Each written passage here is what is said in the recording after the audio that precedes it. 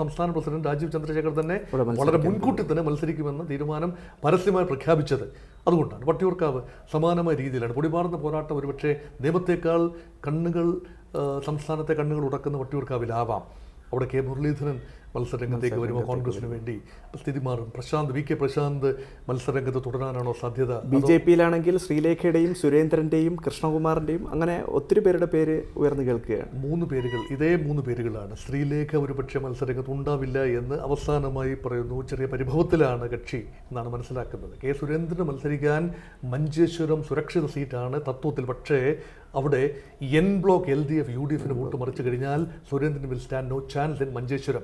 അവിടെ ന്യൂനപക്ഷ consolidation UDF സ്ഥാനാർത്ഥി ചർക്കൽ അബ്ദുള്ള എങ്കിൽ അല്ലെങ്കിൽ അദ്ദേഹം മറ്റാരെങ്കിലും അനുകൂലമായി വന്നാൽ അവിടെ സുരേന്ദ്രൻ വീക്കാണ്. അങ്ങനെയെങ്കിൽ ഏതാണ്ട് ഷുവർ സീറ്റുകളാണ് സംസ്ഥാന പ്രസിഡന്റ് രാജീവ് ചന്ദ്രശേഖരനും ഒരുപക്ഷെ വി മുരളീധരൻ കഴക്കൂട്ടത്തെ സാമാന്യം സുരക്ഷിതനാണ്.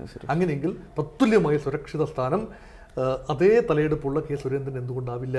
അതുകൊണ്ട് സ്വാഭാവികമായി സുരേന്ദ്രൻ വട്ടിയൂർക്കാവിന് വേണ്ടി പിടിമുറുക്കാൻ സാധ്യത ഉണ്ട്. ശ്രീലേഖയേക്കാൾ ഒരുപക്ഷെ സാധ്യത സുരേന്ദ്രൻ തന്നെ ആവാം. കൃഷ്ണകുമാർ തിരുവനന്തപുരം മണ്ഡലത്തിൽ നേരത്തെ മത്സരിച്ചതാണ്. തിരുവനന്തപുരം വെസ്റ്റ് മണ്ഡലത്തിൽ സെക്രട്ടേറിയറ്റും പാളയമൊക്കെ ഇരിക്കുന്ന ആ ഒരു മേഖല, അവിടേക്ക് ഒരുപക്ഷെ കൃഷ്ണകുമാറിനെ വീണ്ടും നിയോഗിക്കുകയും അല്ല എങ്കിൽ BJPക്ക് കാര്യമായ വിജയ സാധ്യത ഇല്ലാത്ത തകര മണ്ഡലമാണ് തിരുവനന്തപുരം വെസ്റ്റ്.